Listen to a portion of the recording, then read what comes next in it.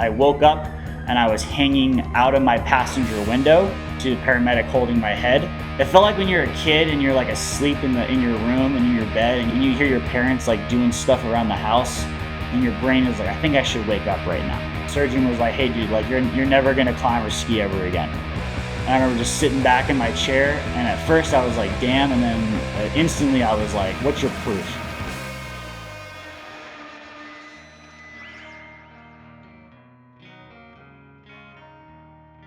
At 17 years old, I enlisted in the Marine Corps, and then I joined the infantry. I was an 0341 mortarman.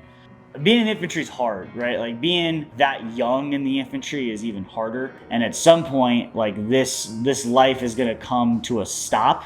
And I remember having my plan, and then as soon as I got out, that plan went to shit.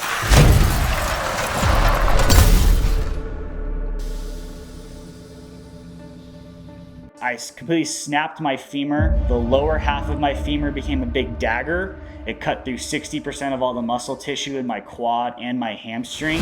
Came 1 millimeter from my artery. The upper half of my femur was in 7 different pieces. Surgeon was like, hey dude, like you're never gonna climb or ski ever again. Instantly I was like, what's your proof? What is your proof that I'm never gonna do this again? And he kept saying, well, most people. I said, no. What is your actual proof that I will never climb or ski or anything ever again? He said, well, most people after an accident like this wouldn't. And I was like, well, I'm not doing that. Like, I'm gonna get back as soon as possible.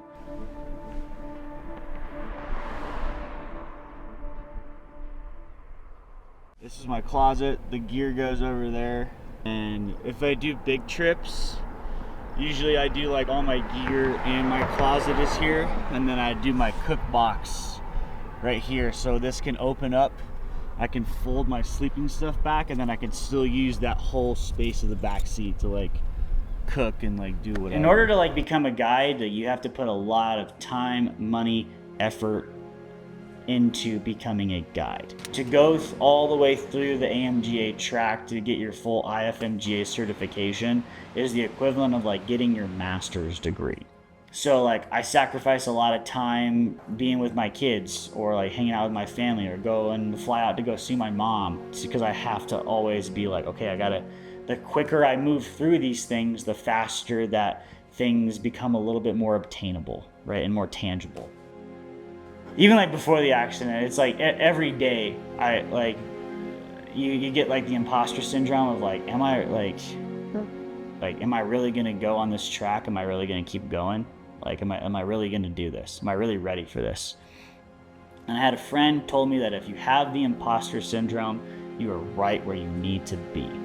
I guarantee anybody watching this, they're gonna immediately pause this and think about one crazy out there thing that they think is absolutely impossible, but it only takes one person to show them that it's not impossible. And that's what I want to do for people in the mountains, to show them like, hey, that's the top of the mountain that we're going to get to. From the bottom, it looks horrifying to get up there. I'm going to show you that it's going to be hard, but it's not impossible. And that's what we're going to do together.